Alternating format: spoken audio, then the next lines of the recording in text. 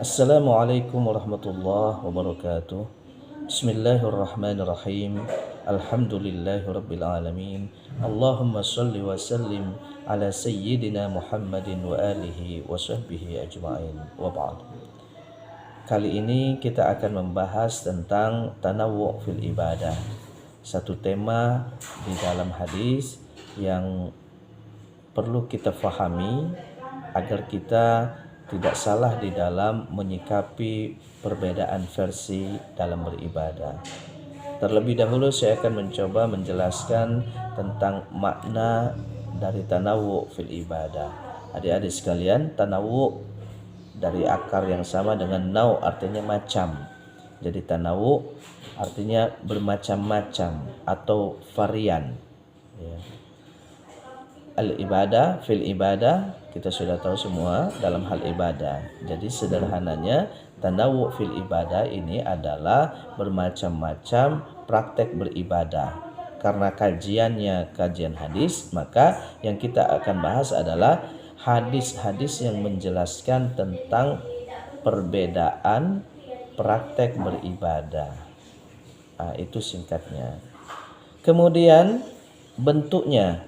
Bentuk tanawwu' fil ibadah ini bisa kita kelompokkan menjadi dua, adik-adik sekalian. Yang pertama, tanawwu' fil ibadah dalam hal amaliyah, dalam hal pekerjaan, praktek beribadah yang dicontohkan Nabi yang sifatnya aktivitas, ya, perbuatan.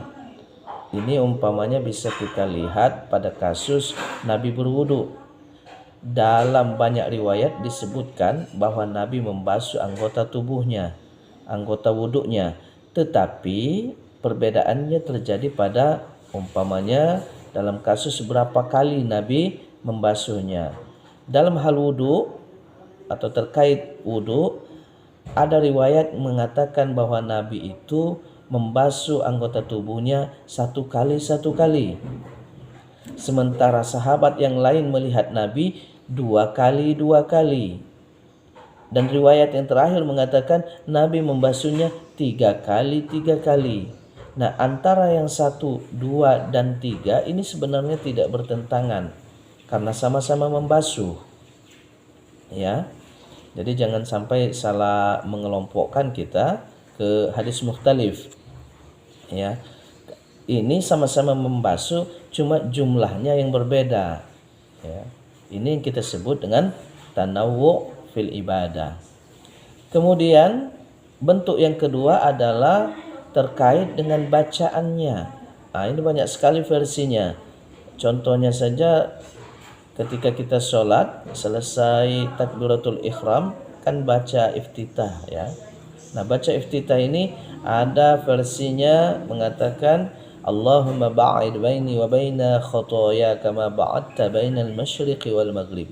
Ada juga yang membaca Allahu akbar kabira walhamdulillahi katsira wa subhanallahi bukratan wa asila. Ada inni wajjahtu wajhiya lilladzi fatara as-samawati wal arda hanifan musliman wa ma ana minal musyrikin.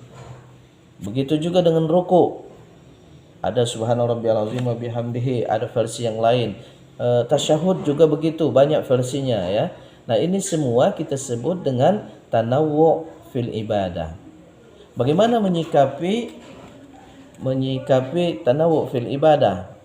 Ya, menyikapi tanawwu' fil ibadah ini, asalkan hadisnya sahih, asalkan diyakini bahwa hadis itu memang berasal dari Rasulullah Shallallahu Alaihi Wasallam, maka kita tidak usah membuang salah satu atau melakukan pentarjihan. Kita juga tidak usah menghilangkan salah satunya. Itu adalah pilihan bagi kita mana yang mudah untuk kita lakukan. Ya. Jadi kita tidak menggunakan pendekatan nasih dan mansuh. Kita tidak menggunakan pendekatan rajih atau tarjih.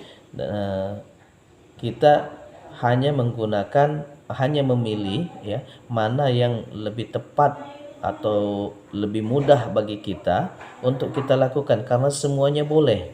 ya, semuanya boleh. Dan ini perlu kita perluas pemahaman kita, ya, perluas pemahaman kita bahwa memang ada versi begini, ada versi begini, dan semuanya dibolehkan di dalam melaksanakannya. Ini terkadang melahirkan konflik juga bagi orang yang cuma tahu satu bentuk ibadah, dia pasti mengingkari bentuk atau pelaksanaan ibadah yang dilakukan oleh orang lain.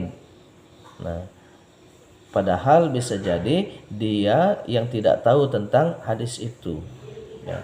Dia yang tidak pernah membaca riwayat tersebut. Nah, maka yang menjadi inti dalam pembahasan kita kali ini adalah sikap terhadap tanawwu fil ibadah, yaitu kita boleh saja memilih salah satu dari varian yang dicontohkan oleh Nabi atau sahabat Nabi yang riwayatnya sampai kepada kita. Nah, itu kira-kira adik-adik sekalian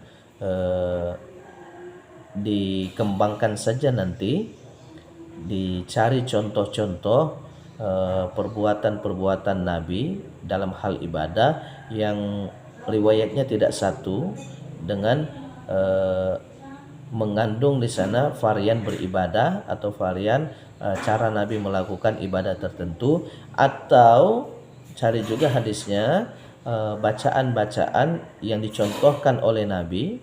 Ada bacaan yang memang langsung Nabi yang mengucapkan, tapi ada juga bacaan yang diucapkan oleh sahabat dan Nabi mengukuhkannya, Nabi membenarkannya, ya.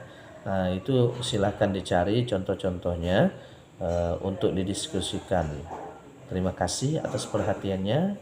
Jangan lupa like dan share. Assalamualaikum warahmatullahi wabarakatuh.